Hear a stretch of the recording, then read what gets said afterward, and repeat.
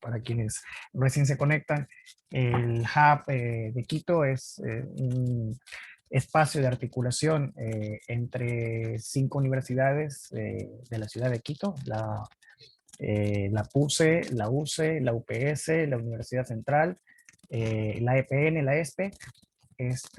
Y bueno, es un espacio donde se articula con distintos actores del ecosistema de innovación. Y bueno, estamos organizando ya una serie de eventos, de meetups, para compartir un poco algunos conocimientos, algunos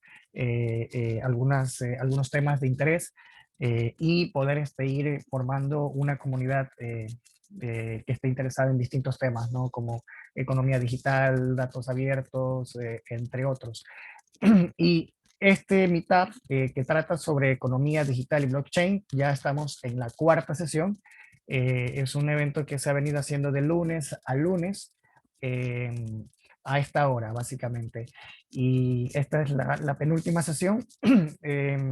En esta ocasión, pues vamos a hablar sobre la transformación digital de la administración tributaria.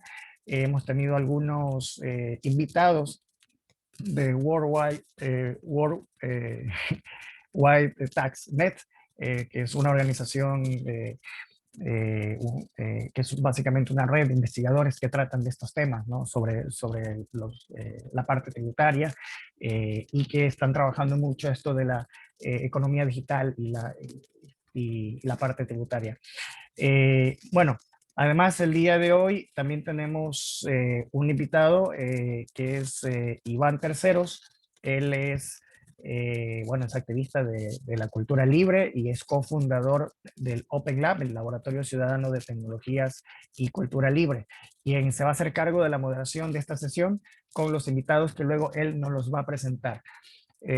Y una información más, antes de empezar, es que tenemos un grupo de Telegram del Hub donde estamos haciendo la difusión de las actividades que estamos haciendo. Este es un canal de difusión de Telegram que ustedes van a ver el enlace en el chat de aquí del Zoom. Ustedes están todos invitados, están invitadas a unirse al canal de difusión. Vamos a estar publicando también en ese canal las actividades que vamos a ir haciendo a lo largo de este año, ¿no? Del Hub de Innovación y Transferencia de Quito. Entonces quiero darle paso a Iván Terceros. Bienvenido, Iván. Gracias por estar acá con nosotros. Hola Fran, hola Cris, hola Luis. No sé si está Marcos ya. Bienvenidos para esta nueva sesión. Ya es el tercer lunes que le estoy con la moderación acá y me da mucho gusto poder contar también con la presencia de todos, todas quienes están sumando a estas sesiones de aprendizaje acerca de economía digital y blockchain.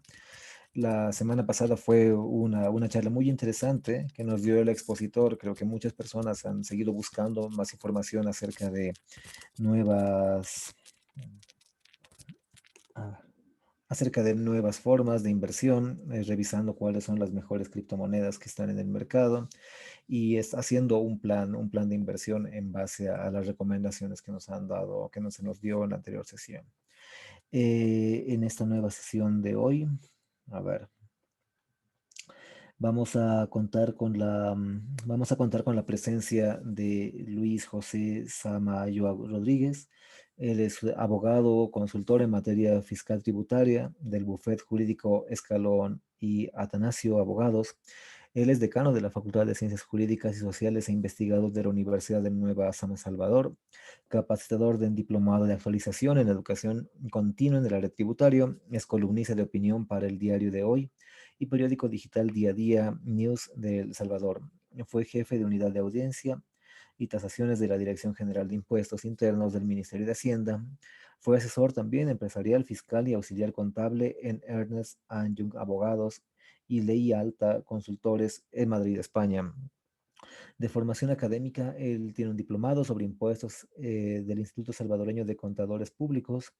Él además es máster en asesoría jurídica de empresas por el Centro de Estudios Financieros en Madrid, España. También tiene un máster en asesoría fiscal y tributación internacional, Instituto Superior de Derecho y Economía, Madrid, España. y es licenciado en Ciencias Jurídicas por la Universidad Católica de El Salvador. También está Marcos Bravo, que haré la presentación ya cuando sea el momento de empezar. Entonces, para el día de hoy vamos a hablar acerca de la transformación digital en la administración tributaria. Hablaremos primeramente con Luis. Tenemos 25 minutos por cada uno para poder exponer el tema. Terminados las dos exposiciones, abriremos el conversatorio. Hagan sus preguntas, por favor, por el chat. Esas preguntas, como la semana pasada, las vamos a recopilar y las vamos a pasar en bloque para que ellos los puedan responder. Entonces, siéntanse libres de escribir las preguntas que deseen. Nosotros vamos a estar muy atentos a responderlas y a organizarlas. Eso es todo y más bien bienvenido, Luis, y tú puedes comenzar con tu presentación. Muy buenas tardes, Iván. Gracias por la introducción a este servidor, Francisco, Cristian, por el apoyo en invitarme a este espacio virtual relacionado a la digitalización, virtualidad, en este caso las administraciones tributarias, a la audiencia que nos acompaña y que se estaría incorporando posteriormente. También agradecerles por su tiempo. El día de hoy yo he traído unas diapositivas para hablar un poquito sobre este tema tan importante, tomando en cuenta la situación que, digamos, la pandemia ha ocasionado. Y es precisamente la actualización de las administraciones tributarias focalizado a la digitalización. Pero dentro de este marco también vamos a tocar otros elementos que acompañan a lo que es la digitalización de una administración tributaria. Entiéndase administración tributaria o conocida en otros países como Ministerio de Hacienda o como, ¿verdad?, ese ente de carácter público cuyo objetivo principal es la recaudación de los tributos, como son los impuestos o cualquier otra modalidad recaudatoria, para poder precisamente reorientar esos ingresos, esos fondos, esos recursos, para atender las necesidades de una población determinada. Antes de empezar a entrar, como les decía hace un momento, a lo que es la digitalización y el uso de las herramientas virtuales dentro de las administraciones tributarias, es importante recalcar algunos principios constitucionalmente establecidos en algunas normativas, es decir, en algunas leyes, algunos cuerpos normativos en los países, ¿ah?, que tienen que ver con el cumplimiento adecuado de las funciones y potestades que tiene una administración tributaria. Digamos que acá vamos a mencionar algunos de los más relevantes. Sin embargo, la administración tributaria tiene diversos principios, o digamos que debe de cumplir diversos principios que son relevantes y necesarios para poder gestionar de una manera adecuada todas las actividades que ejecuta en su día a día, partiendo desde los mismos funcionarios, es decir, ese recurso humano, hasta, digámoslo así, el ente en su totalidad. Entonces, dentro de los principios tributarios, tal como podemos ver en la diapositiva, encontramos primero el principio de justicia y de equidad en el conjunto de los tributos. Es importante hacer hincapié que la administración tributaria debe de salvaguardar el hecho de que por un lado, se ejecuten los mecanismos con base al marco legal de recaudar los tributos, ¿sí?, y cobrar esos tributos con base a la capacidad económica y la riqueza y patrimonio que genere una persona, ya sea una persona natural, es decir, una persona física como ustedes, como yo, o una persona jurídica, una empresa, por ejemplo. Entonces, claro, ¿qué es lo que busca entonces la administración tributaria? Ojo, siempre bajo el marco de la legalidad, siempre apoyándose de los cuerpos normativos que regulan sus actuaciones. Bueno, tiene que buscar precisamente que si se va a recolectar un tributo determinado, como por ejemplo un impuesto sobre la renta o un impuesto de IVA, bueno, este deberá ser recolectado con base a lo que establece la ley, y si es de carácter progresivo, obviamente será con base a lo que establece la normativa, dependiendo cada cuerpo legal que se encuentra establecido en diversos países, ¿no? Unos países, por ejemplo, en materia de impuestos sobre la renta, establecen tipos de gravamen, es decir, porcentajes a pagar, que dependiendo de la cantidad de riqueza y patrimonio que genere durante el año fiscal, durante el año, ¿verdad? Así va a ser el porcentaje que deberá pagar en concepto de ese tributo, ¿no? Entonces, va enfocado a eso.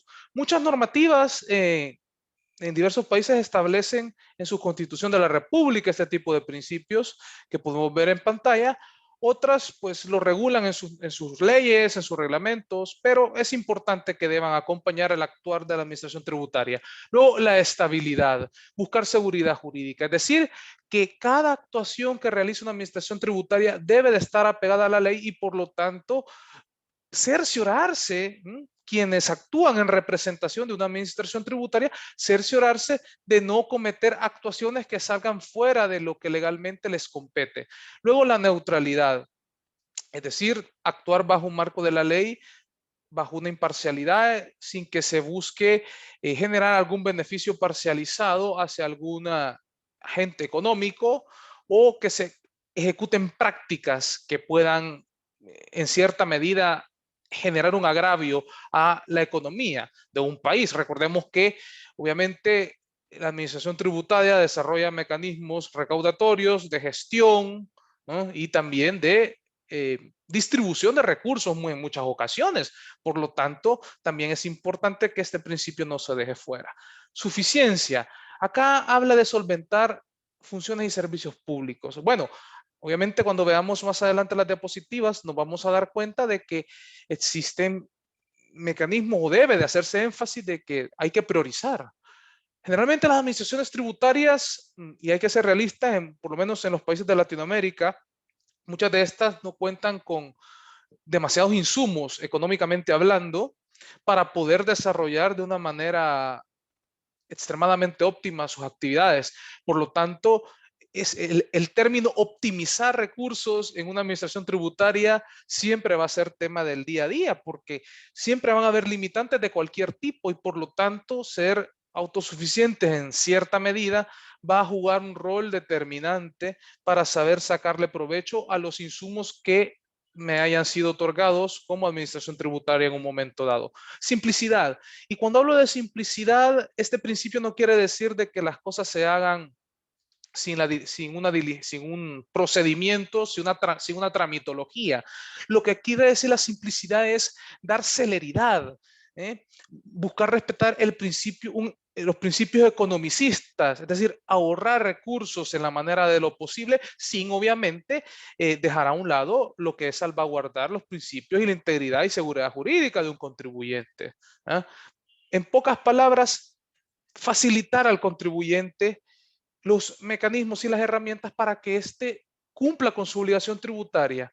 Y fíjense que esta parte es bien importante hacer hincapié por el hecho de que muchas de las administraciones tributarias que han trabajado en la digitalización y en la actualización constante, ya hablando de un marco genérico, han tenido beneficios cuando éstas tienen una visión de buscar implementar mecanismos prácticos y efectivos, ¿verdad?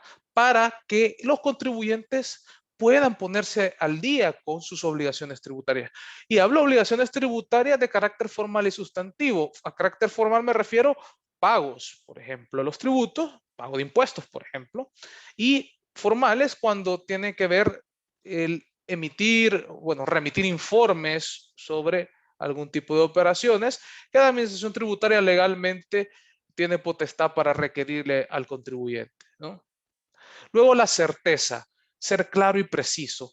Acá yo estimaría, bueno, por lo menos dando una percepción un poquito doméstica en El Salvador, es uno de los talones de Aquiles que se tiene todavía, de hecho lo vamos a ver un poquito más adelante, en el sentido de que es un desafío todavía el terminar de establecer una reestructuración sustancial en lo que son las normativas que acompañan las actuaciones de carácter tributario. Y eso beneficiaría si se hiciese de una manera adecuada a través de revisiones periódicas, a través de reformas constantes, actualizaciones. Sería un beneficio no únicamente para la administración tributaria, sino también para el mismo contribuyente, ¿no? Por lo que hemos dicho, la facilidad que se le brindaría, la claridad que tendría el contribuyente en poder estar enterado de sus obligaciones tributarias y obviamente pues cerrar esa brecha o ese margen de que el día de mañana este contribuyente pueda alegar algún tipo de negligencia o desconocimiento de sus obligaciones ante la administración tributaria. Y la economicidad, que ya le hemos mencionado, está bastante vinculado a lo que es la simplicidad, la certeza, la suficiencia, porque tiene que ver precisamente en economizar con los recursos que se tienen tanto por parte de la administración tributaria como por parte de los contribuyentes. ¿Okay? Luego de eso, ¿por qué son importantes las administraciones tributarias? Bueno, razones hay muchas, pero digamos, en síntesis, podríamos decir que algunos de los motivos por los cuales son importantes las administraciones tributarias, el primero, tal como podemos ver, la administración tributaria debe de ser una facilitadora del diseño de políticas públicas de carácter fiscal. ¿Qué quiero decir cuando hablo de diseño de políticas públicas?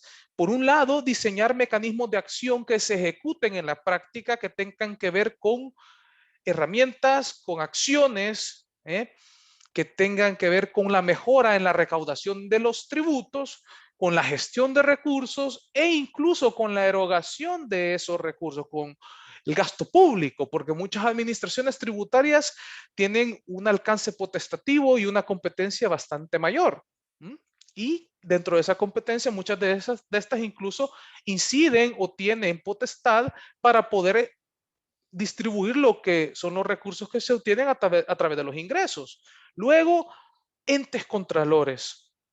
Es decir, cuando hablo de ente contralor es una entidad que supervisa el cumplimiento de las obligaciones que debe de tener un contribuyente, que debe tener un usuario potencial contribuyente de el pago o de informar operaciones a efectos tributarios. Y luego, un ente gestor. Y acá es donde yo siempre cuando hago énfasis o trato de explicar o hablar de lo que son ingresos, gastos, yo siempre he dicho que hay un elemento que hace como, o que debe de buscar ser como ese equilibrio entre ingresos y gastos, y es precisamente la gestión. Porque yo siempre lo he mantenido y he dicho de que de nada me sirve tener mecanismos o políticas fiscales establecidas en este caso, en donde la administración tributaria tenga herramientas y recursos buenísimos para poder recolectar los tributos, si yo no hago un adecuado gasto, o no hago los gastos que se requieren, no hago un buen uso de los gastos para poder atender las diversas necesidades que se presentan. Y a la inversa, ¿no? De nada me sirve optimizar y ser bastante diligente con los gastos si mis políticas fiscales que están vinculadas al tema ingresos son demasiado poco eficientes, ¿no? Que de hecho, ahora con el tema de la pandemia, muchos especialistas en la parte macroeconómica y fiscal han dicho, en el caso de El Salvador y de muchos países de Latinoamérica, de que hay que trabajar en políticas fiscales que mejoren la recaudación de los tributos, tomando en cuenta el déficit fiscal que existen en los países, es decir, el nivel de endeudamiento que existe en los países y que se ha incrementado en la mayoría a causa de la pandemia. ¿Ok?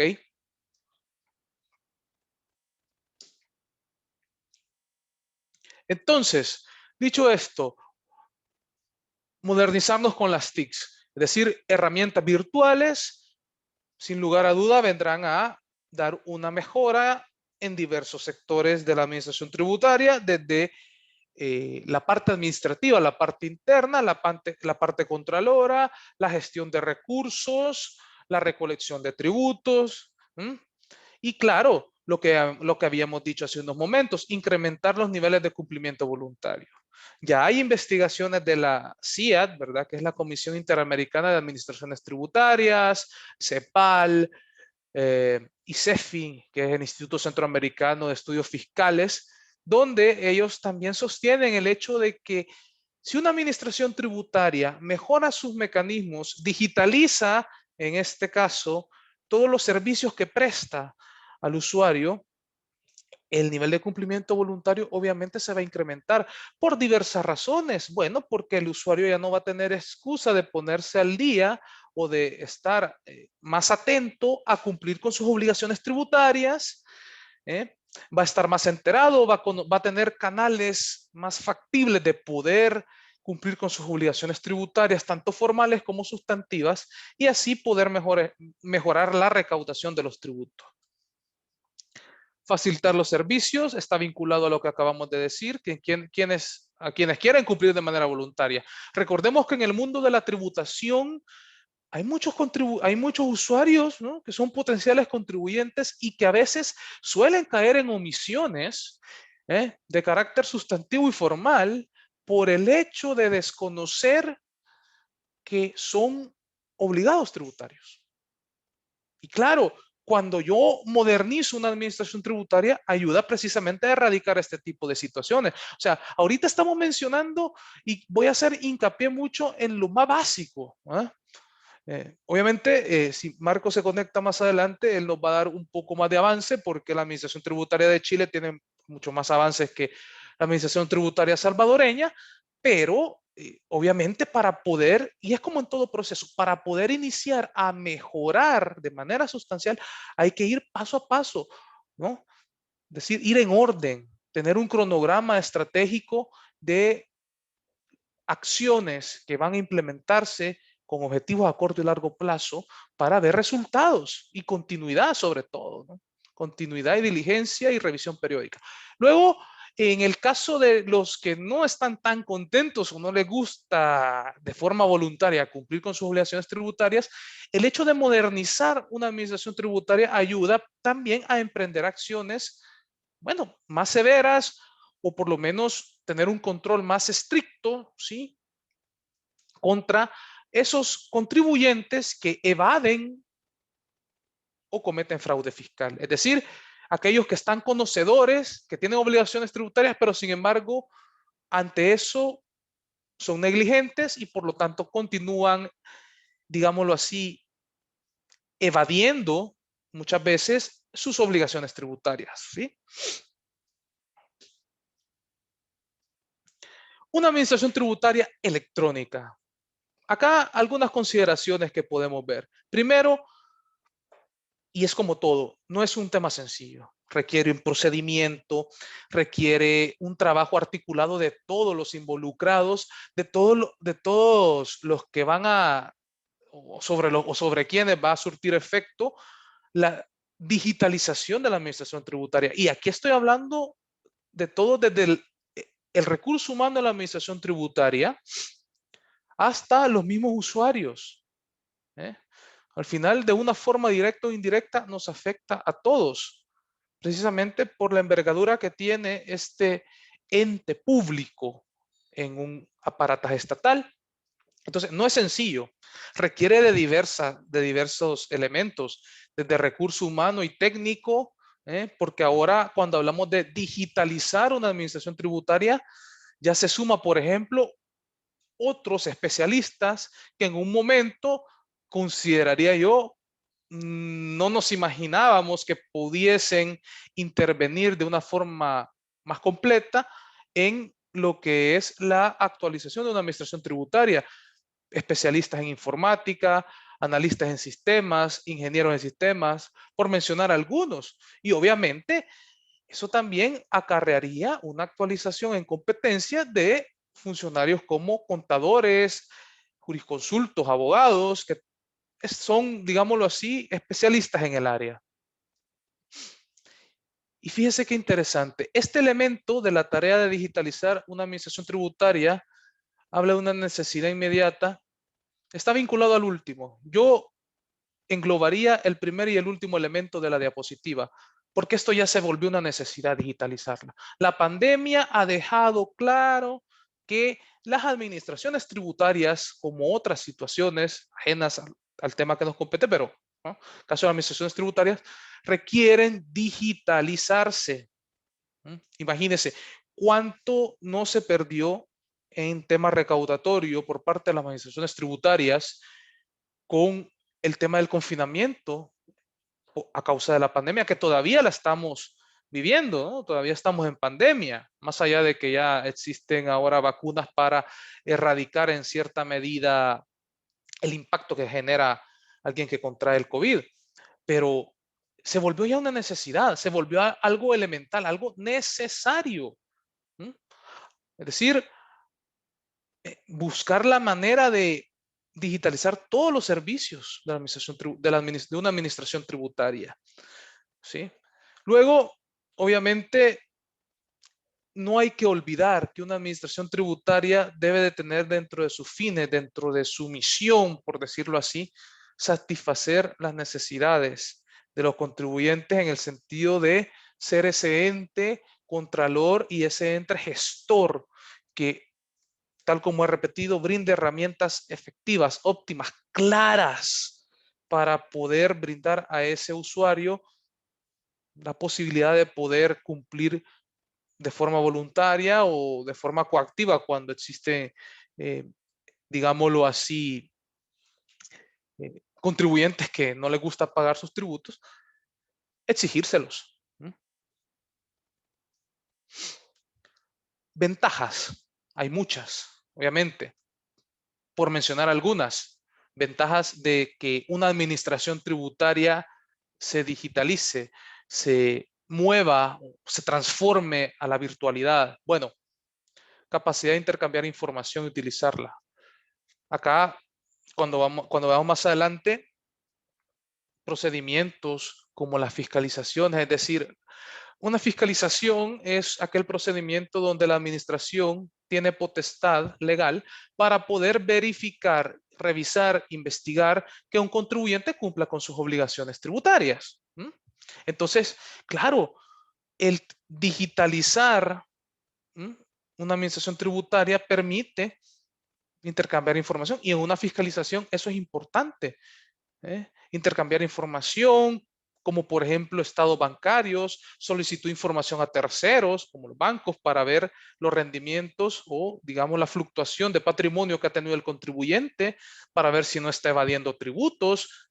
Todo eso está vinculado a lo que es la interoperabilidad. Lucha contra la corrupción.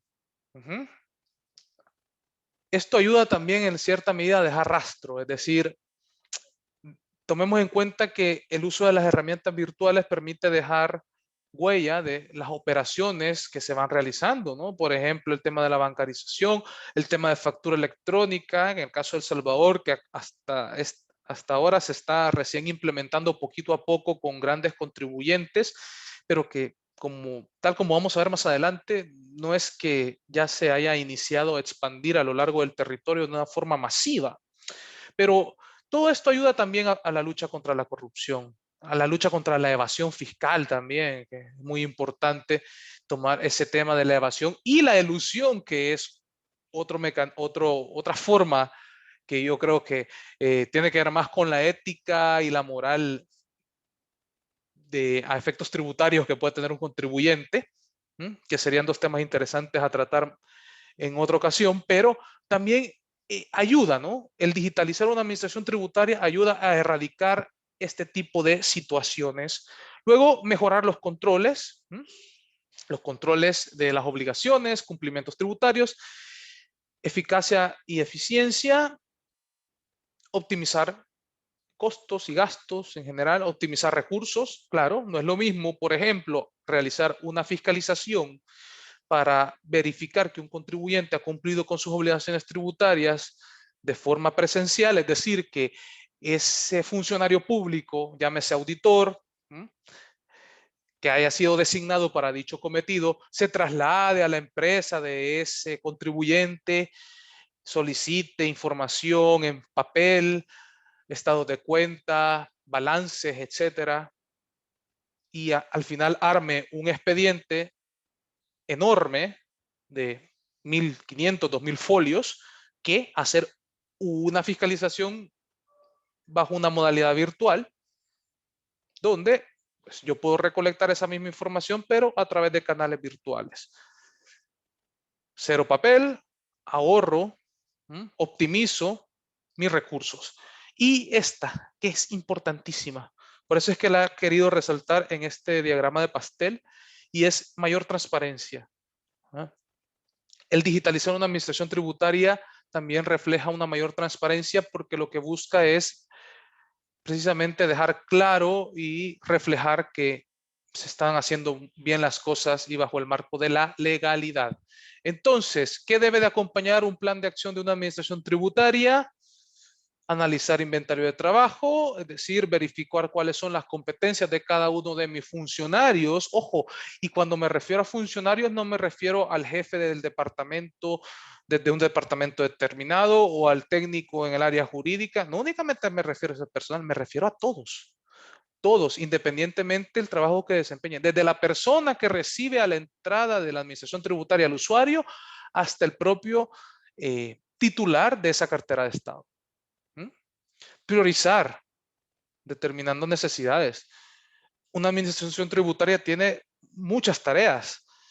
Entonces, es importante tener un plan de acción establecido para atender qué es prioritario y qué no es tan prioritario atender en el momento. Ojo, todo es importante en la administración tributaria. Es decir, todas las tareas que tiene una administración tributaria son importantes. Lo que pasa es que existen algunas que requieren más prontitud el solventarlas en comparación a otras. Y luego actuar de forma eficiente. Está vinculado a lo que he mencionado. Eficiencia, celeridad, economicidad. Entonces, dicho esto, algunas alternativas que yo podría ofertarles el día de hoy, digamos, de las más básicas, partiendo de la base, de los cimientos de una administración tributaria que busque ser sólida y robusta. Bueno, la primera, actualizar los cuerpos normativos. De nada me sirve a mí tener, por ejemplo, implementado un sistema de facturación electrónica, por ejemplo, si yo dentro de mi cuerpo normativo todavía establezco que requiere el contribuyente, ¿no?, por ejemplo, mantener o guardar sus respaldos como facturas, comprobantes de crédito fiscal, notas de débito y de crédito en papel. Solo ahí hay un error de fondo gravísimo. ¿No? Si hablamos de una facturación electrónica, una de las ventajas o uno de los indicadores principales es precisamente que factura electrónica lo que te busca es erradicar el papel. Entonces, solo ahí detectamos, hay que hacer reformas, adecuar los cuerpos normativos a la digitalización de los servicios que presta la administración tributaria. Luego, implementar las TICs en sistemas de control. Fiscalizaciones de forma virtual, el tema de la facturación electrónica. En el caso de El Salvador, en su momento se habló de que implementar de manera efectiva un sistema de facturación electrónica incrementaría hasta el 1% del PIB. Datos que se manejaban en 2019. Habría que hacer nuevamente una indagación más o menos en cuánto puede andar el porcentaje de incremento del PIB con la implementación, ojo, efectiva de la factura electrónica. Bueno, algunos países, como el caso de Chile, que pues no me Marco lo va a explicar mejor porque tienen más experiencia en facturación Luis, disculpa que electrónica. te interrumpa, Dime, pero creo que sí podríamos ya ir cerrando, listo, tal vez unos 3 minutitos más para ya pasar con Marcos. perfecto. Entonces, Marcos puede hablar más a detalle de eso, pero importante facturación electrónica. La conectividad también. De nada sirve tener un sistema tributario digitalizado si la conectividad para todos los habitantes no es la mejor. Profesionalización del personal, es decir, formación continua de quienes atienden a los usuarios. Luego la investigación y los estudios, tener un departamento de investigación científica donde se encuentren estudiando y también investigando para mejorar el funcionamiento de la administración. Y lo otro, educación y cultura fiscal. Luego, estas son algunas experiencias y retos que tenemos en El Salvador.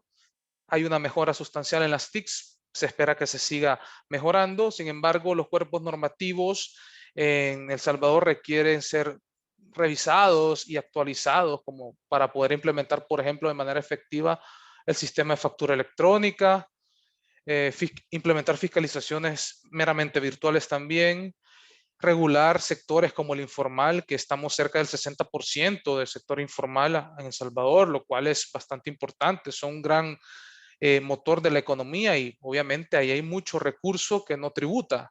Y la cultura y educación fiscal me parece que requiere más protagonismo el hecho de buscar implementarla en el currículo académico desde los inicios de la formación educativa de una persona.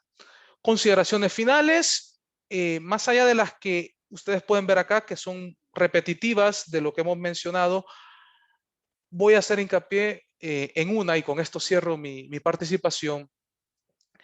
Un país que no implemente de manera efectiva desde los cimientos de la formación académica de una persona la educación y cultura fiscal, difícilmente va a poder continuar desarrollándose de manera progresiva en la recaudación y en, digamos, un ambiente de cultura y educación fiscal barra tributario óptimo, ¿no?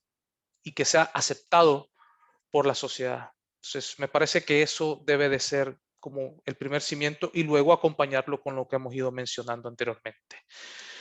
Y bueno, eso era lo que quería compartir con ustedes, agradecerles por el espacio y posteriormente entraremos a la parte de preguntas y cedo ya el micrófono a mi buen amigo Sí. Marco. Sí, sí, Luis, muchas gracias. Y antes de que inicie Marco, de hecho yo tengo que presentarlo y bueno, igual Marco tendrás como unos 25 minutos para poder presentar el tema y luego entramos en la fase de diálogo. Por favor, también anoten las preguntas, todas las que se les ocurra con la exposición de Luis y Marco y al final vamos a hacer vamos a dialogar, vamos a responder sus preguntas. Presento a Marco que a Marcos Bravo, quien es doctorado en Derecho y Ciencias Políticas en la Universidad de Barcelona, del Derecho Financiero y Tributario. Él es magíster en Planificación y Gestión Tributaria de la Universidad de Santiago de Chile, contador auditor de la Universidad Tecnológica Metropolitana. Es docente adjunto por más de 18 años en pregrado y programas de posgrado en la Universidad de Chile, de la Universidad de Santiago de Chile, la Pontificia Universidad Católica de Valparaíso, entre otras universidades del país y en el extranjero.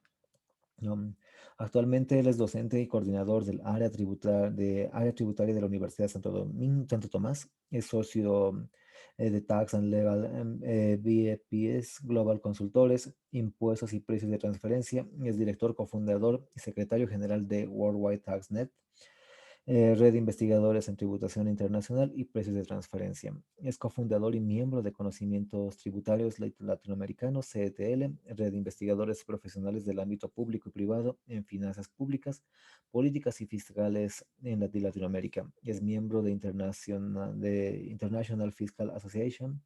Es miembro del Instituto Chileno de Derechos Tributarios. Es miembro del Colegio de Contadores de Chile. Y bueno, este es Marcos Bravos quien está aquí y Marcos también tienes este tiempo para poder hablarnos del tema que quieres tratar el día de hoy. Gracias.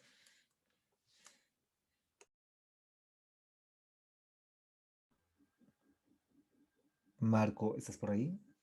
Marcos. Ahora sí, disculpen, Ok, no sé si perfecto. Hola, estaba el Marcos. audio apagado, disculpen. Muy Ok, buenas dale, tardes. dale.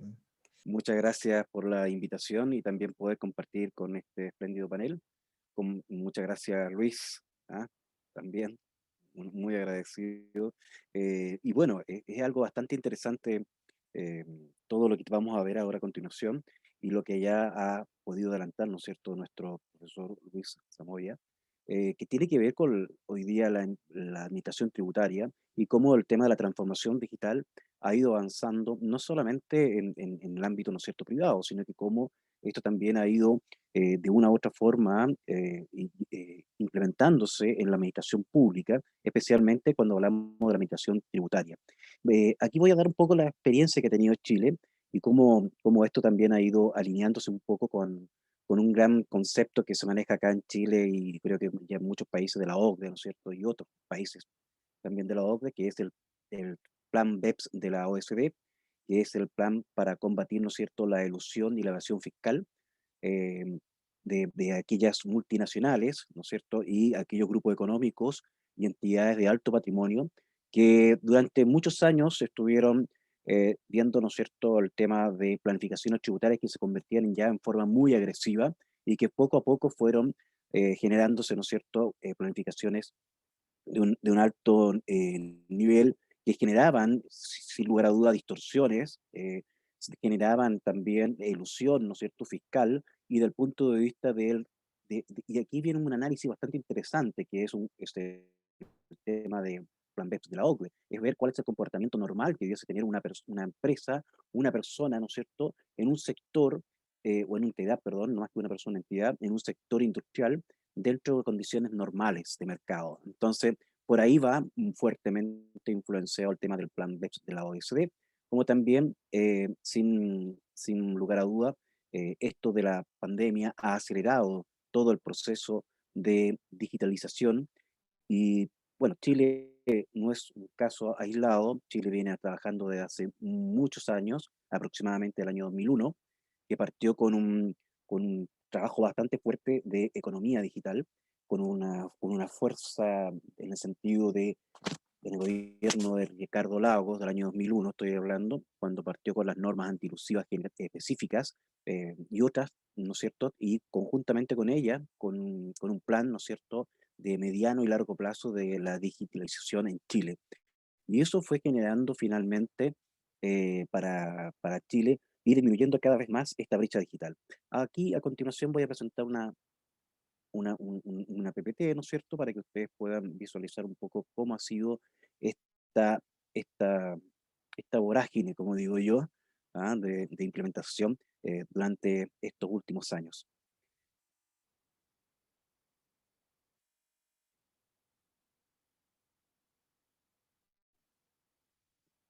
Ok, aquí creo que ahí sí se ve la presentación, ustedes me van avisando. Muchas gracias. Sí, perfecto, se ve.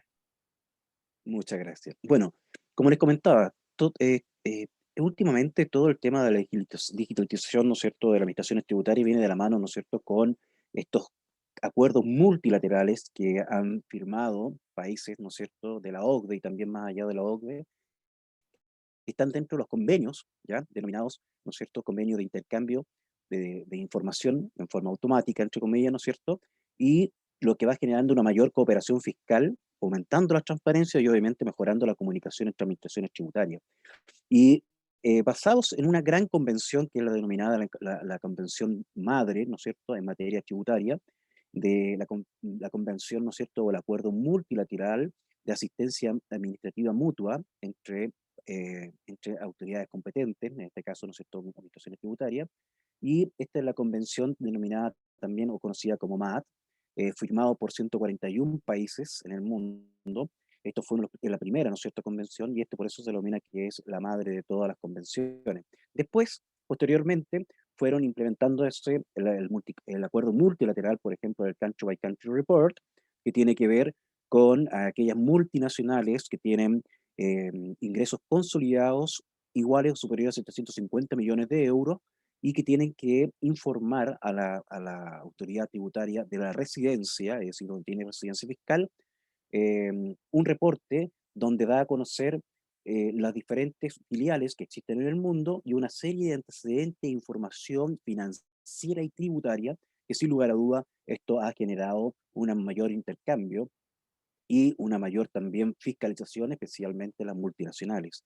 También está el acuerdo multilateral del del Common Reporting Standard, que tiene que ver con las cuentas financieras de no residentes. Aquí, ¿no es cierto?, estamos hablando de cuentas corrientes, estamos hablando de fondos de inversiones privados, donde parezcan aportantes, ¿no es cierto?, y también todo lo que tiene que ver con inversiones de no residentes. Y esto es el gran acuerdo que creo yo que cierra un gran círculo de la gran problemática que existía, ¿no es cierto?, en la tributación, desde el punto de vista de la tributación de fuente mundial, ¿ya?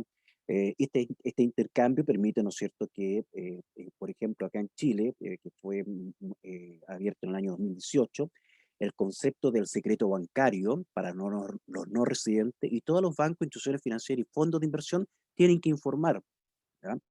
Todos aquellos no residentes, es decir, no domiciliados ni residentes en Chile, que tengan este tipo de cuentas y que al entrar, ¿no es cierto?, a la órbita del intercambio automático de información con otros países, obviamente esto cierra este gran círculo de poder saber de que si por ejemplo, una persona del Perú, ¿no es cierto?, tiene cuenta corriente en Chile o inversiones en Chile que generan ganancia y que también tienen información de cuentas corrientes o también, ¿no es cierto?, inversiones en otros países que ya han adquirido este acuerdo multilateral, como, ¿no es cierto?, Colombia, como en otros países de Europa, pueden saber y determinar finalmente cuánta es la renta que debe tributar en el país, ¿no es cierto?, de residencia. Por eso es tan importante este acuerdo, ¿ya? Y que en este caso, actualmente, si no me equivoco, están entre 109 países aproximadamente, es una cifra que tengo de septiembre del año 2020, y que Chile comenzó ya a informar a partir de septiembre de 2018.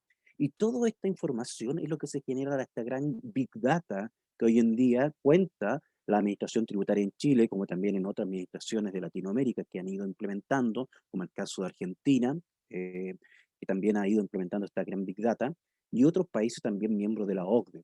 Entonces, estamos finalmente dentro de un acuerdo multilateral, ya de competencia o asistencia administrativa mutua en materia tributaria, de reporting, ¿no es cierto?, de cuentas financieras, de reporting, en este caso de empresas multinacionales, que deben entregar, ¿no es cierto?, a las administraciones tributarias con respecto a sus filiales y las cuentas que manejan, ¿no es cierto?, utilidades, número de trabajadores, etcétera. Aquí vamos a ver que finalmente estamos hablando, sin lugar a duda, de una matriz de gestión y control de riesgo tributario global.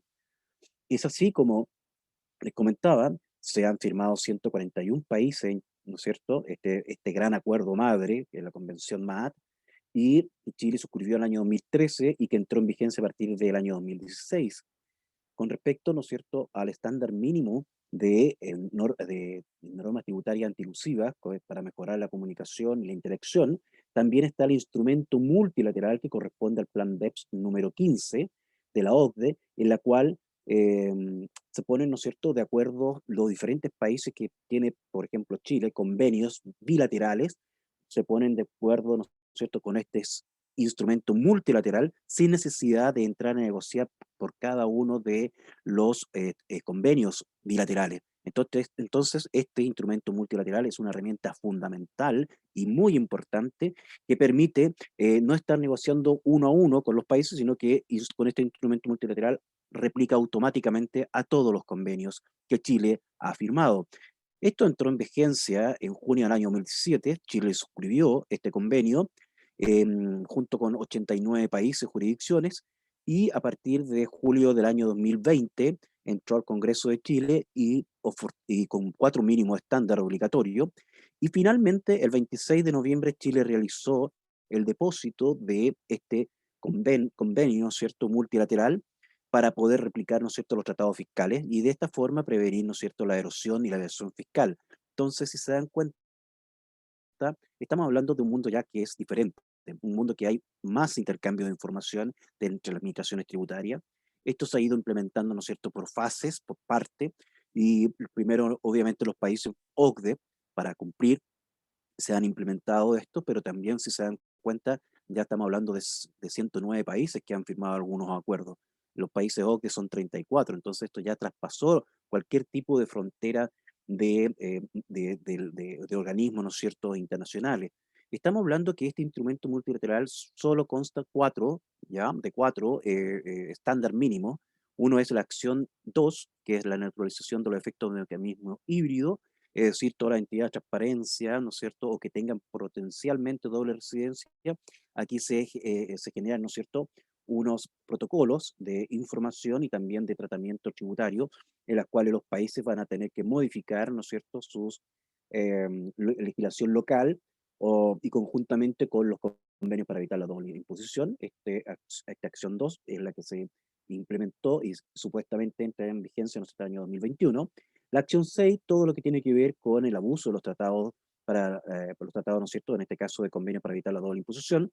También existen nuevos test, también se crean, ¿no es cierto?, nuevos mecanismos para permitir, ¿no es cierto?, para prevenir, mejor dicho, el abuso de estos tratados. La acción 7 también, la prevención para la ilusión artificiosa del estatus del establecimiento permanente, un tema bastante interesante y que con esta implementación en este acuerdo multilateral se genera ya una normativa de elusión, ¿no es cierto? Una normativa, perdón, de anti-ilusiva de la norma de establecimiento permanente que se denomina antifragmentación de las actividades, ¿no es cierto?, principales o auxiliares. Y por último, el plan de acción BEPS número 14, que corresponde a la resolución de controversia y procedimientos de acuerdo mutuo, que queda ya consagrado en este instrumento multilateral y se replican conjuntamente con las otras 3 acciones a los tratados bilaterales que ha suscrito Chile con los países. También no es menor que todo esto ha ido evolucionando. Es así como en el año 2017 Chile, el Ministerio de Hacienda autorizó al Servicio de Impuestos Internos, que es la autoridad fiscal acá en Chile, para que perteneciera al Foro de Administraciones Tributarias de la OCDE, también al Foro Global de Transparencia e Intercambio de Información, y para desarrollar, ¿no es cierto?, la plataforma de transmisión de información denominada Common Transmission System, para potenciar el intercambio de información. Esta es la plataforma que están utilizando las administraciones tributarias para ir mejorando el intercambio de información basado en los acuerdos multilaterales que se han firmado. Y nada es casualidad que nuestro director nacional forma parte de del directorio que, del directorio, perdón, que forma parte del Foro de Administración Tributaria. Nuestro director nacional es experto en la parte, como lo decía muy bien Luis, es experto en el ámbito de sistemas de administración, es decir, de tecnología, y por esa razón también fue invitado a ser parte y miembro. Y de esta manera podemos decir, ¿no es cierto?, que los profesionales de administración tributaria no solamente son profesionales del ámbito, ¿no es cierto?, del ámbito de contaduría, ni del ámbito legal, sino que también hay muchas personas, ¿no es cierto?, del ámbito de la ingeniería. Entonces, es bastante interesante cómo esto de las administraciones tributarias han ido evolucionando y sin lugar a duda va generando una mayor intercambio de información y una gran Big Data. El gran tema de fondo va a ser cómo se administra esta gran Big Data. Eh, yo me quiero detener un poquito para mostrarles cómo funciona un poco este mecanismo, ¿no es cierto?, de intercambio y cómo se generan estas matrices de gestión y de control de riesgo tributario, ¿ya? Que se han creado. Chile, por ejemplo, el Country by Country Report, que corresponde, ¿no es cierto?, al reporte país por país, uno de los niveles fue agregado en los estudios de precio de transferencia, y Chile lo implementó en una declaración jurada, la 1937, en el año 2016. Y ya desde ese tiempo se ha informado, en este caso por empresas residentes en Chile, dando a conocer, ¿no es cierto?, información de todas sus filiales en el mundo, ¿ya?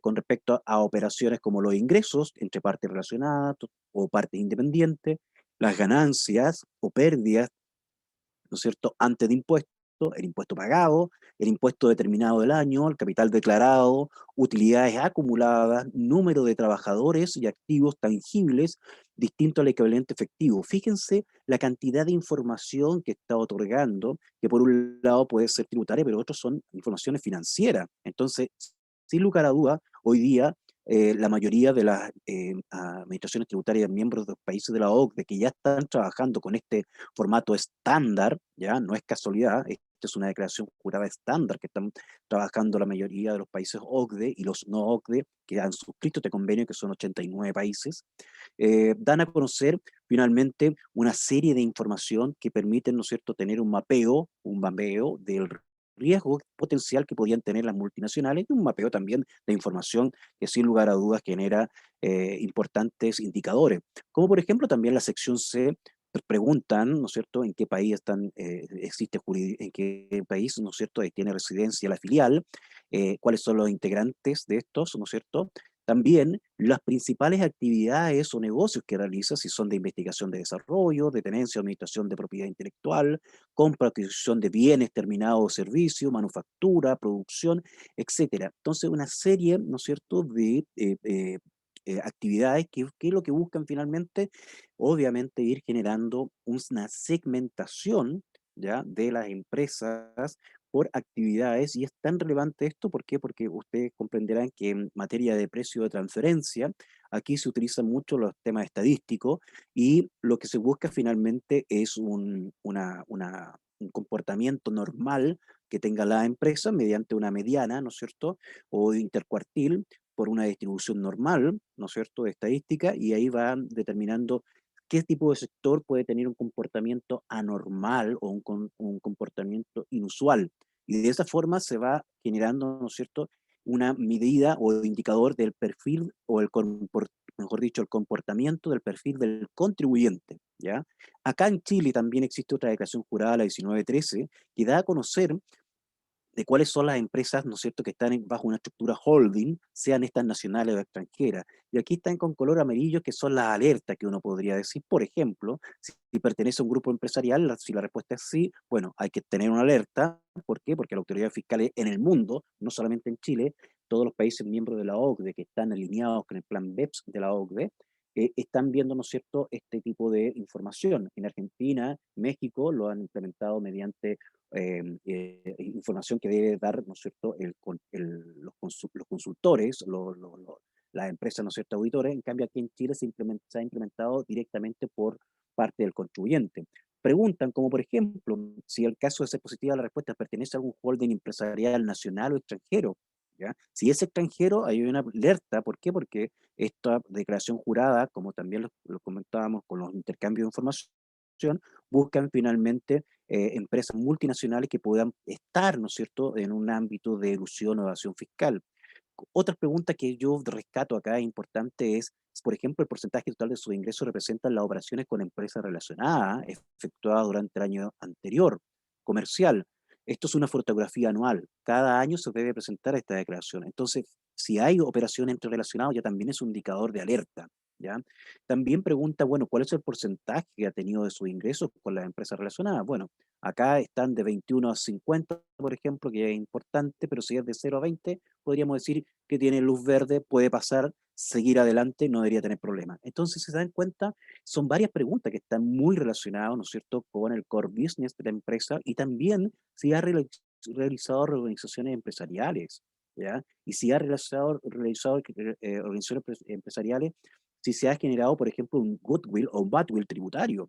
¿Ya? Ustedes comprenderán que estos son temas bastante relevantes porque en base a un goodwill o badwill tributario uno puede generar ilusión, ¿no es cierto?, o una evasión fiscal. También pregunta si durante el año, en este caso 12 meses anteriores y los 12 meses posteriores a esta presentación, se ha realizado, ¿no es cierto?, algún tipo de disolución de una empresa. Entonces, ahí como que está colocando la puerta, ¿no es cierto?, de alerta de decir, saben, señores, ustedes sabemos nosotros que ustedes hacen revoluciones empresariales, sabemos que aumentan, ¿no es cierto?, con divisiones, ¿no es cierto?, una expansión, una política expansiva, como uno podríamos decir, de revolución empresarial, pero también después viene una política, ¿no es cierto?, de contractiva, que son las fusiones, y por esos tantos mecanismos de revolución empresarial, uno podría entrar a decir que estamos en presencia quizás de una planificación tributaria agresiva.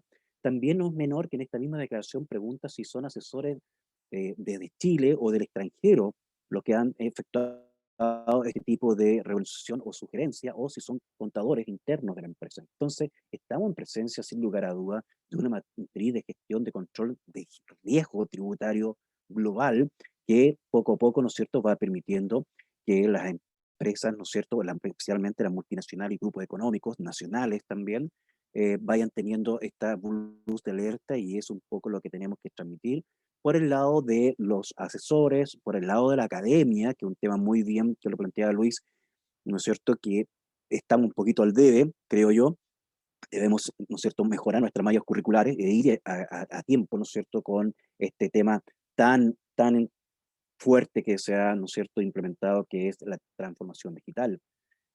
Bueno, esto es un poco lo que aparece, ¿no es cierto?, este tema del el artículo 62T del Código Tributario sobre la declaración jurada anual sobre cuentas financieras relacionadas con personas con residencia tributaria en el extranjero.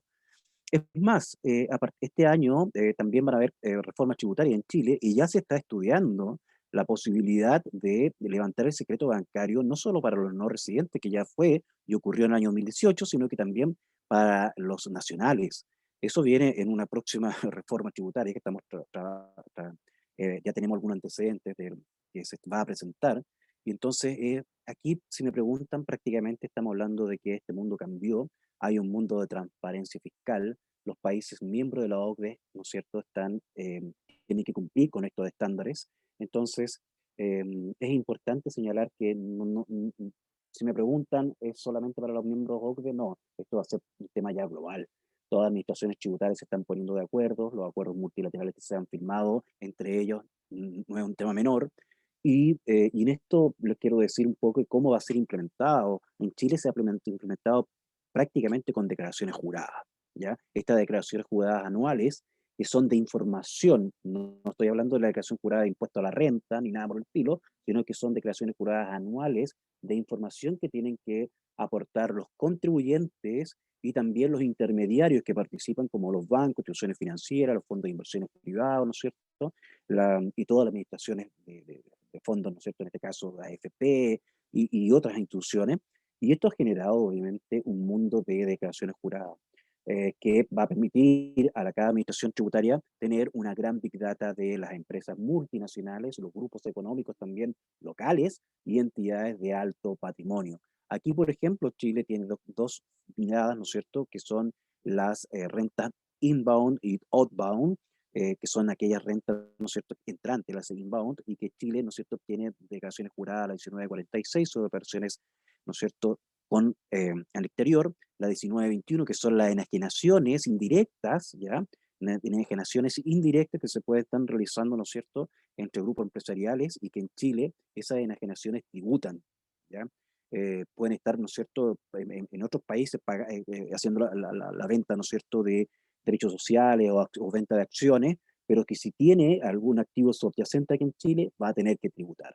Entonces son cosas que hace 10 años atrás uno no estaba tan, ¿no es cierto?, en línea en estos temas, pero sí ya viene trabajándose fuertemente, y estamos hablando que son declaraciones juradas que ya tienen por lo menos 3 años de implementación, y algunas 3 años, otras ya vienen 5 años. Y los dos últimos, que yo me atrevo a decir, los dos últimos declaraciones juradas fuertes que se implementaron fueron las de Master File y Local File, que corresponden, ¿no es cierto?, a los niveles de precio de transferencia, a los diferentes niveles de información. Y por otro lado, obviamente tenemos todo lo que tiene que ver con el control de renta saliente, que son las outbound, es decir, inversiones y renta de fuente extranjera. Y aquí entra, ¿no es cierto?, la renta pasiva del 41G, que en el caso nuestro, ¿no es cierto?, está consagrado en la ley de impuesto a la renta, y que tiene que ver mucho con el plan BEPS número 3 del control, ¿no es cierto?, de las empresas que están en el exterior y que tienen rentas pasivas y que tienen que ser reconocidas inmediatamente sin ningún tipo de Marcos, disculpa que procedimiento. te interrumpa. Por Tienes unos supuesto. 3 minutitos ya para terminar. Sí, voy a terminar justamente con, y redondeando, ¿no es cierto?, cómo se obtiene toda esta Big Data. Esto es un gran trabajo que viene realizando la autoridad en Chile, que se denomina el Plan de Gestión del Cumplimiento Tributario, que es un documento, ¿ya?, que año a año va sacando la administración tributaria. Solo hubo en el año 2020, no se pudo realizar producto de la pandemia, y buscan, ¿no es cierto?, incentivar el cumplimiento de las obligaciones tributarias de los contribuyentes, pero también buscan reducir las brechas y los riesgos de incumplimiento para todos los contribuyentes. Entonces aquí estamos realmente en una situación que es única. Por eso el plan BEPS de la OCDE hace un poco cambiar este concepto de la fiscalización. Hoy día podríamos denominar que existe, ¿no es cierto?, un mínimo estándar de tributación o de normas, ¿no es cierto?, de tributación internacional que van a ser aplicables, ¿no es cierto?, a nivel local, algunas, no todas obviamente, pero que este plan de gestión de cumplimiento genera finalmente un modelo de gestión de cumplimiento tributario, como fue generado, ¿no es cierto?, en Chile desde hace 2 años. Y este es el modelo que finalmente permite, por la vía del cumplimiento tributario, por otro lado mirándolo como incumplimiento, cada vez que un sector, un segmento, ¿no es cierto?, de empresas, y el foco acá en Chile están las multinacionales, los grupos económicos y las entidades de alto patrimonio, también están otros 14 segmentos más, mirados como la minería, mirados también por los que tienen bienes raíces, y de esa forma, si un contribuyente no cumple con una declaración, pasa que en este checklist a ser, ¿no es cierto?, un incumplimiento. Por lo tanto, ahí pasa a ser o un contribuyente de alto riesgo, un contribuyente mediano riesgo, leve, o bien un contribuyente clave. Y cuando hablo de un contribuyente clave, están justamente en estos 18 segmentos, ¿ya?, que no necesariamente es alto ni bajo, pero son dentro de estos segmentos que son claves y que pudiesen potencialmente generar algún tipo de ilusión. Y en este sentido, para finalizar, Chile ha generado este modelo de cumplimiento tributario, y que el CIAT, que es el Centro Interamericano de Administraciones Tributarias, recogió y tomó como modelo para ser implementado en el resto de las administraciones tributarias de Iberoamérica. Entonces también ha sido un gran desafío para Chile, ha sido una gran oportunidad y en ese sentido vamos pensando que esto ya es un gran cambio y los invito a todos, a ustedes también, a participar y ser, ¿no es cierto?, actores de este gran cambio de la transformación digital y que obviamente con el encuentro que estamos realizando el día de hoy nos queda sumamente claro que este tema de la transformación digital vino para quedarse y que estos cambios son, ¿no es cierto?, deben ser implementados no solo tanto por la administración tributaria, sino que dentro de nuestros modelos de negocios como asesores y como, ¿no es cierto?, también empresas privadas. Muchas gracias. Perfecto. Muchísimas gracias a ambos y vamos a ver, vamos a hacer unas dos ronditas. Les pido por favor que puedan ser un poco breves en las respuestas, así podemos podemos tener una ronda más. Vamos a hacer una ronda de dos preguntas ahora y otra ronda de dos preguntas. Entonces a ver, la primera. La primera pregunta, ¿cómo impacta la aprobación del Bitcoin en la Administración Tributaria de El Salvador? ¿Se creará algún impuesto nuevo sobre el Bitcoin? ¿Cómo cambiará el sistema de emisión monetaria? ¿Será deflacionario? Y por otro lado, vamos a preguntar, ¿cómo se diferencian los conceptos de asesoría crediticia y asesoría de inversión sobre el proyecto de la ley FinTech? No sé si más bien, Luis, quisieras respondernos la primera pregunta y Marcos tú la siguiente. Ok, gracias. Bueno, sobre el impacto de la ley Bitcoin, solo mencionar que esta entra en funcionamiento a partir de septiembre.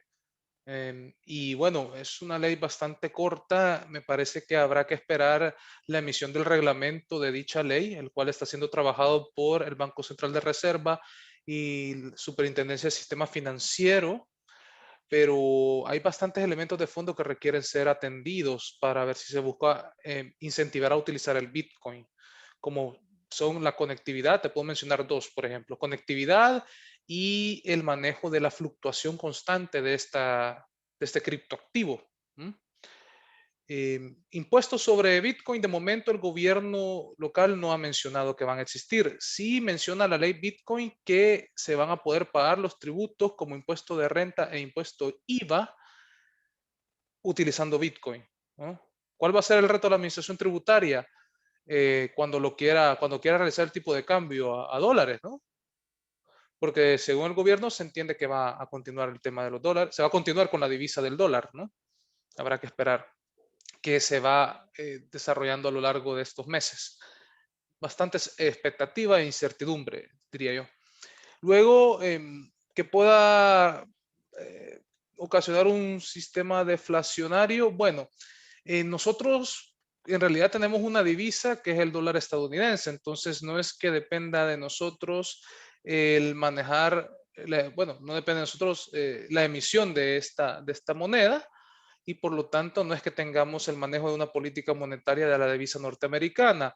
Ahora, con el Bitcoin, si puede haber alguna deflación, bueno, algunos dicen que, híjole, el Bitcoin no es considerado como una moneda, ¿m?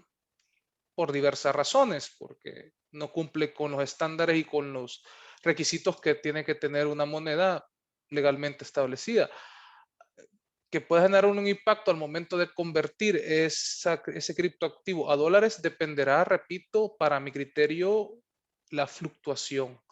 Yo creo que ahí está la clave. Si el gobierno de El Salvador puede implementar, que es un gran desafío, ojo, si puede implementar un mecanismo que ayude, ¿no?, a que esa fluctuación no sea tan constante, porque depende del precio de mercado a nivel global, Bitcoin, si logra buscarle respuesta a ese desafío, me parece que el Bitcoin podría llegar a resultar efectivo.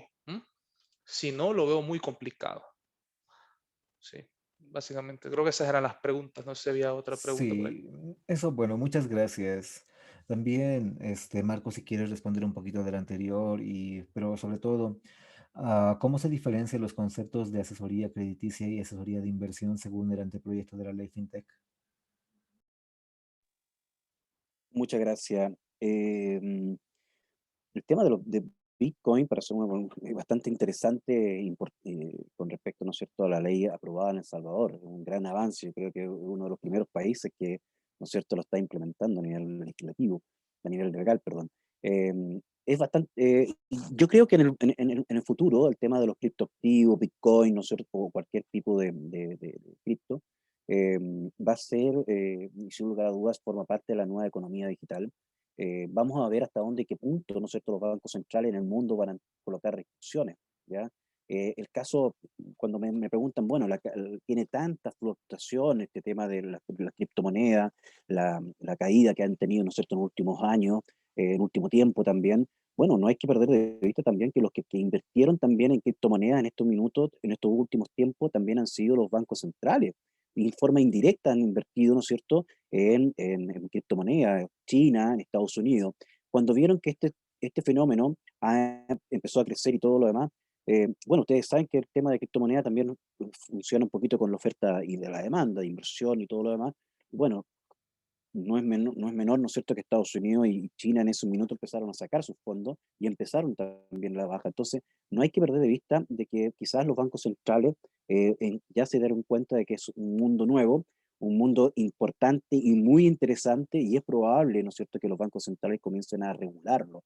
Caso que mm, siempre se ha mantenido un poquito en cuestión de que si es necesario normativizarlo desde el punto de vista de generar umbrales, de generar restricciones, o hay que dejar que que este nuevo ecosistema crezca de una manera que pueda después con el tiempo, ¿no es cierto?, poder estabilizarse y ahí entrar, ¿no es cierto?, a normativizarlo. Un poco esa era la apuesta que tenía Estados Unidos, sin colocar muchas normativas, pero ahora último creo que ya se dio cuenta hasta dónde puede crecer esta economía y veremos. Yo creo que es una muy buena alternativa para aquellas personas que no pueden acceder al ámbito, ¿no es cierto?, crediticio o a las inversiones, ¿no es cierto?, en un banco formal, en banco de instituciones financieras.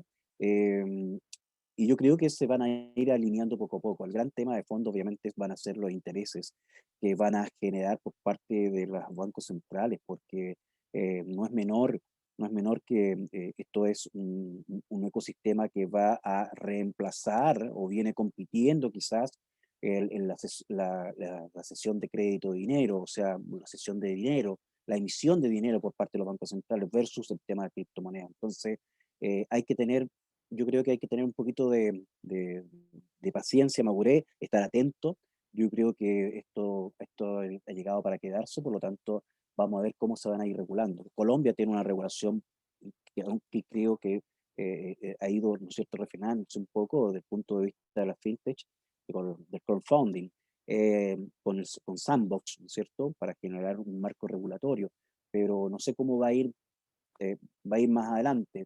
Yo creo que normativas tributarias existen. En Chile, por ejemplo, los criptoactivos no se denominan una moneda de intercambio, sino que son solamente, se van a realizar o materializar cuando se quiera algún bien o cuando, ¿no es cierto?, pasen a convertirse en moneda normal de curso. Entonces ahí es donde si se genera un mayor valor, ahí deberían tributar con impuesto a la renta.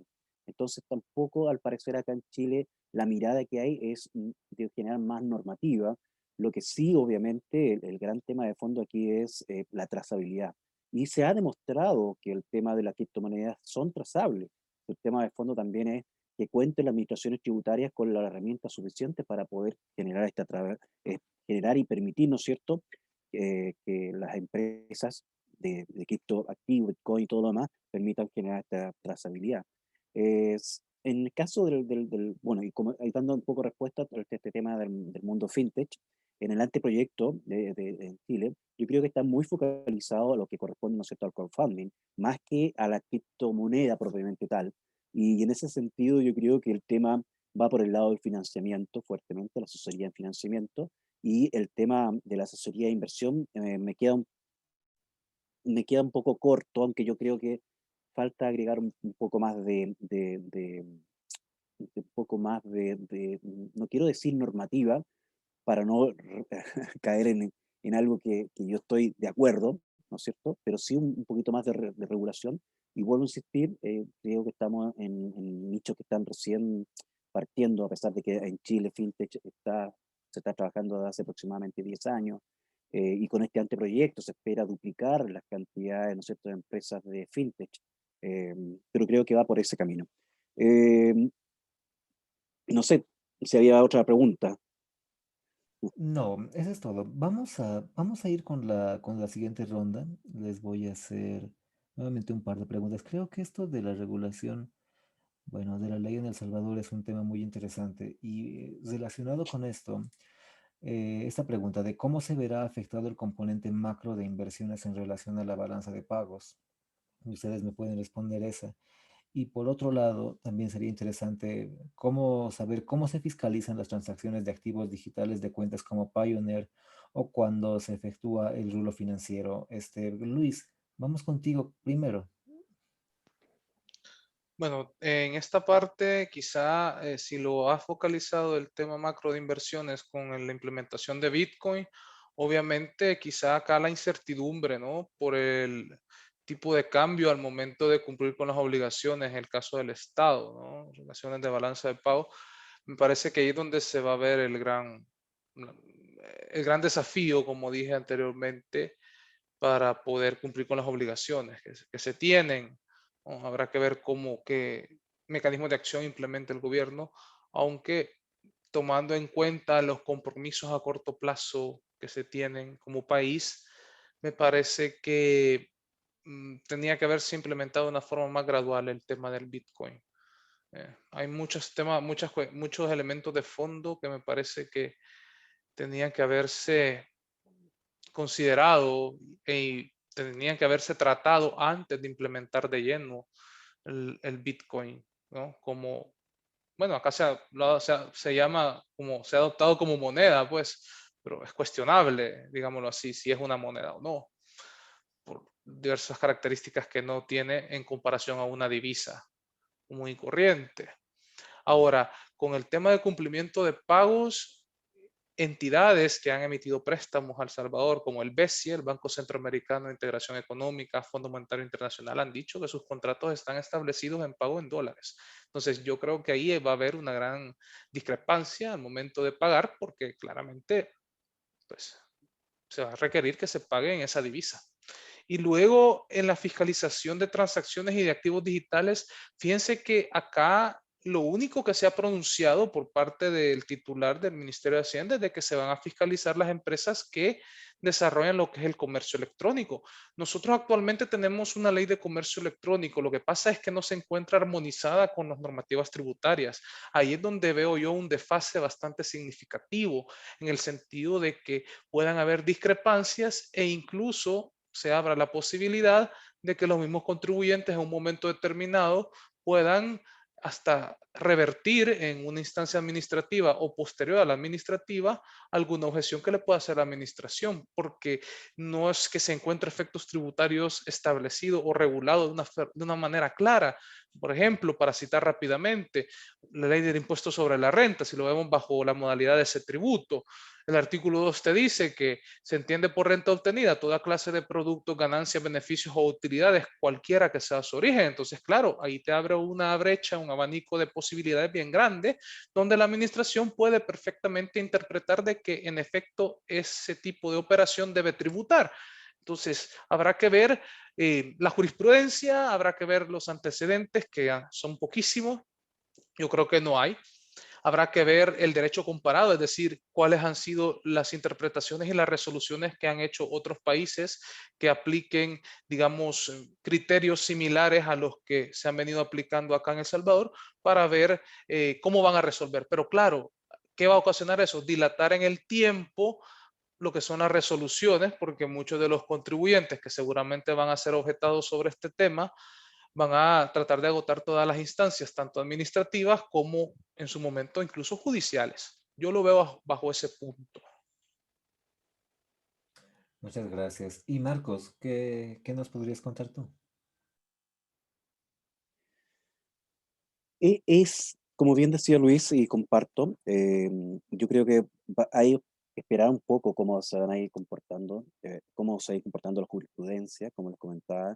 Creo que la impresión, por lo menos acá en Chile, en este tema, hace muy poco salió una ley de febrero de 2020, poco digo yo, pero ha pasado casi un año, sobre servicios digitales y se han inscrito 199 plataformas digitales para poder pagar este IVA, ¿ya? Especialmente la gran brecha de elusión aquí en Chile era con las personas naturales, es decir, los que no eran contribuyentes de IVA, es decir, personas físicas, también se denominan así, personas naturales, y hasta este momento se ha recaudado cerca de 135.000 millones de dólares, un monto bastante interesante. La primera recaudación fueron 60 millones de dólares, 60.000 millones de dólares, ahora son 135.000, entonces no es menor el monto en ese sentido.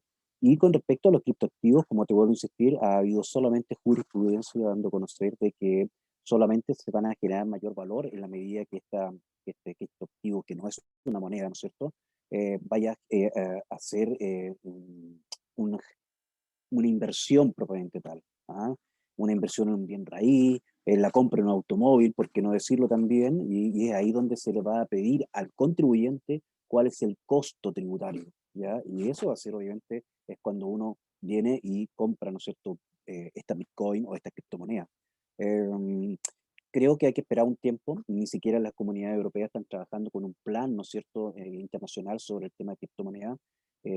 También están regulando otro tema más que la inteligencia artificial, así que yo creo que estamos viviendo momentos importantes. Creo que el tema de fintech debe seguir en adelante como una gran alternativa, ¿no es cierto?, para para aquellas personas que no tienen acceso, ¿no es cierto?, a los créditos normales de banco, instituciones financieras. Y yo creo, y espero, ¿no es cierto?, no equivocarme, pero cuando preguntan, bueno, ¿esto cuándo tú crees que hay que regularlo? ¿O cuándo tú crees que esto va a seguir? ¿Cómo se va a normativizar? Yo creo que parece que vamos a hablar de generaciones, ¿ah? Creo que esto no va a ser un tema de aquí a 10 años, yo creo que un poquito más, ¿ah? Las generaciones futuras quizás van a disfrutar de estos acuerdos o inclusiones financieras que puedan existir, ¿no es cierto?, entre Banco Central y este nuevo ecosistema, pero la verdad, este nuevo ecosistema vino para quedarse, eh, y no creo que eso va a claudicar, y yo creo que va a funcionar mucho el tema de la inclusión financiera como lo están haciendo, ¿no es cierto?, en El Salvador. Creo que ese es el camino, ¿ya? Y también ayudar a los mismos acreedores, ¿no es cierto?, a los mismos acreedores que es la otra, como denominamos aquí en Chile, la patita que falta. ¿Cómo, de qué manera yo voy a financiar un proyecto y apoyar, ¿no es cierto?, a ese acreedor para que ese proyecto también genere rentabilidad, ¿ah? Entonces yo creo que ahí también es importante la segunda etapa para esta inclusión financiera. Listo, perfecto. Bueno, ya para cerrar, porque ya, a ver, ya estamos cerca de la hora y media. Nada, pues solamente darles las gracias a ambos por haber participado en este cuarto encuentro y esperamos a todo el público verles la siguiente semana para la última sesión de esta serie de encuentros acerca de blockchain. Y nada, darle paso ya a Francisco para que pueda hacer el cierre y nada, nuevamente muchas gracias por la participación. Sí, gracias Iván. Eh, Otra vez, muchas gracias Luis, muchas gracias Marcos y también Iván por la moderación, por esta magnífica moderación, sobre todo en un tema tan intenso como los temas tributarios y financieros en relación a la economía digital. Ok, la próxima semana vamos a tener blockchain, contratos inteligentes y precios de transferencias. Va a ser nuestra última sesión, como decía Iván. En esta ocasión va a ser a las 11 de la mañana. Les hemos pasado un enlace del canal de difusión por Telegram, el canal de difusión de Telegram del Hub Puyo, donde vamos a estar difundiendo las actividades que vamos a hacer a lo largo del año. Entonces, están invitados a unirse. Y también recordarles que vamos a tener acabada esta serie de sesiones de economía digital. Vamos a empezar sobre la picada, vamos a empezar inmediatamente 4 sesiones de un meetup denominado Entre Datos, para hablar sobre datos abiertos. Y bueno, esto y otras cosas más les tenemos preparados a lo largo de este año, así que no se pierdan y pues únanse al canal de Telegram de difusión del Hub. Entonces, muchas gracias Marcos, muchas gracias Luis y gracias Iván por estar acá con nosotros. Un abrazo a todos también.